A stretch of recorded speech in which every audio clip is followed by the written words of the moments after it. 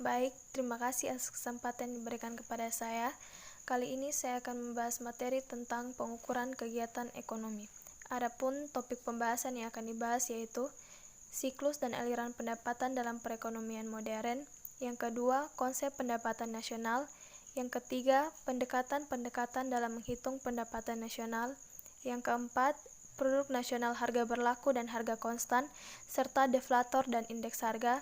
Yang kelima, manfaat dan keterbatasan perhitungan PDB. Dan yang keenam yaitu distribusi pendapatan dan kekayaan. Berikut pembahasannya. Siklus aliran pendapatan atau circular flow adalah sebuah model yang menggambarkan bagaimana interaksi antar pelaku ekonomi menghasilkan pendapatan yang digunakan sebagai pengeluaran dalam upaya memaksimalkan nilai kegunaan masing-masing pelaku ekonomi.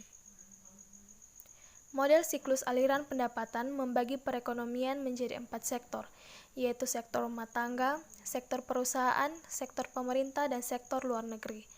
Berikut diagram dari siklus aliran pendapatan. Pembahasan yang kedua tentang konsep pendapatan nasional terbagi menjadi 6. Yang pertama yaitu produk domestik bruto atau gross domestic product, merupakan jumlah produk berupa barang dan jasa yang dihasilkan oleh unit-unit produksi dalam batas wilayah suatu negara atau domestik selama 1 tahun. Adapun GDP sama dengan pendapatan masyarakat dalam negeri ditambah pendapatan asli dalam negeri.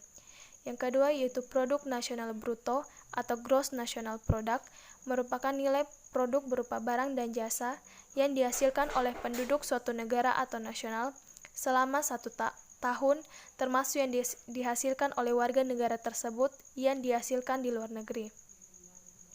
Adapun GNP sama dengan pendapatan WNI dalam negeri ditambah pendapatan WNI luar negeri dikurangi pendapatan asing dalam negeri. Yang ketiga yaitu produk nasional neto atau net national product, adalah produk nasional yang memperhitungkan pengeluaran investasi neto dengan mengurangi investasi bruto dan depresiasi. Adapun NNP sama dengan GNP kurang depresiasi atau penyusutan barang modal.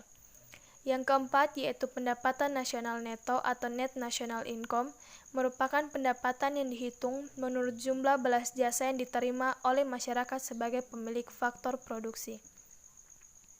Adapun NNI sama dengan NNP kurang pajak tidak langsung. Yang kelima yaitu pendapatan perseperangan atau personal income, adalah jumlah pendapatan yang diterima oleh setiap orang dalam masyarakat, termasuk pendapatan yang diperoleh tanpa melakukan kegiatan apapun. Adapun PI sama dengan NNI kurang pajak perusahaan, kurang yuran, kurang laba ditahan dan ditambah transfer payment. Dan yang terakhir yaitu pendapatan yang siap dibelanjakan, disebut juga dengan disposable income, yaitu pendapatan yang siap untuk dimanfaatkan guna membeli barang dan jasa konsumsi dan selebihnya menjadi tabungan yang disalurkan menjadi investasi. Adapun DI sama dengan PI kurang pajak langsung. Yang berikut yaitu pendekatan-pendekatan dalam menghitung PN. Terdapat 3 cara untuk mengetahui nilai pendapatan nasional, yaitu yang pertama, metode pendekatan produksi. Dalam menghitung penghasilan nasional menggunakan pendekatan produksi, hanya diperlakukan perhitungan nilai tambah di setiap sektor produksi.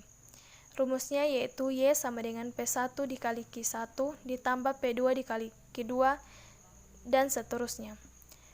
Adapun Y sama dengan pendapatan nasional, P1 sama dengan harga barang ke pertama, Q1 sama dengan jenis barang ke pertama, dan PN sebagai harga barang ke N dan QN sebagai jenis barang ke N.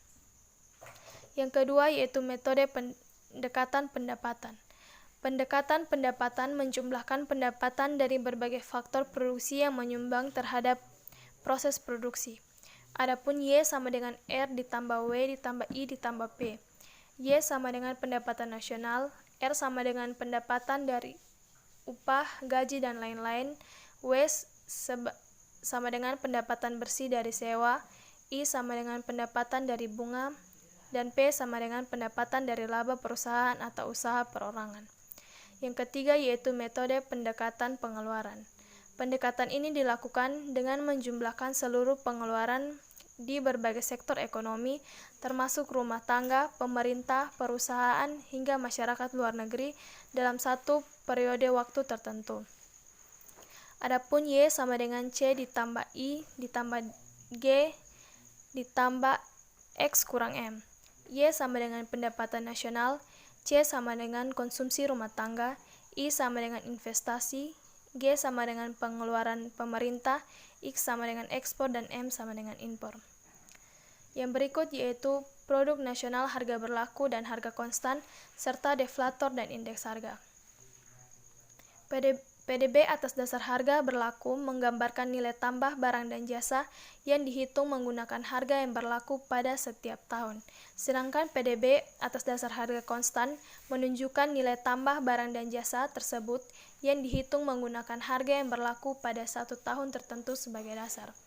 PDB atas dasar harga berlaku dapat digunakan untuk melihat pergeseran dan struktur ekonomi, sedang harga konstan digunakan untuk mengetahui pertumbuhan ekonomi dari tahun ke tahun. Deflator harga implik atau deflator PDB adalah rasio PDB nominal terhadap PDB real. Perubahannya mengukur pergerakan harga dalam perekonomian. Indeks harga adalah suatu ukuran statistik yang menyatakan perubahan harga yang terjadi dalam satu periode ke periode berikutnya.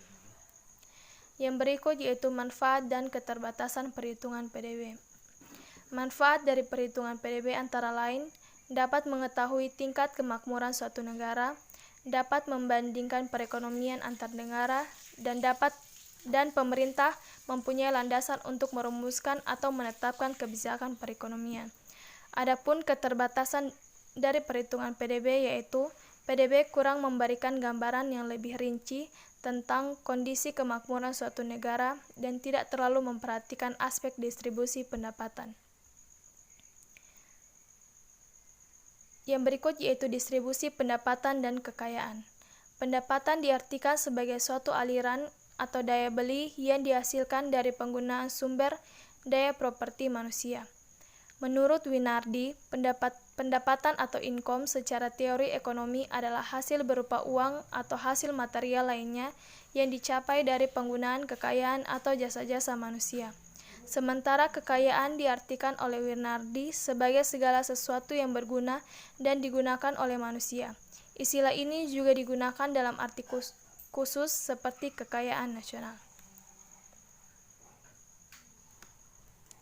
Kesimpulannya, siklus aliran pendapatan atau circular flow adalah sebuah modal yang menggambarkan bagaimana interaksi antar pelaku ekonomi menghasilkan pendapatan yang digunakan sebagai pengeluaran dalam upaya memaksimalkan nilai kegunaan masing-masing pelaku ekonomi. PDB atas dasar harga berlaku menggambarkan nilai tambah barang dan jasa yang dihitung menggunakan harga yang berlaku pada setiap tahun, sedangkan PDB atas dasar harga konstan menunjukkan nilai tambah barang dan jasa tersebut yang dihitung menggunakan harga yang berlaku pada satu tahun tertentu sebagai dasar. Sekian presentasi dari kelompok kami. Terima kasih.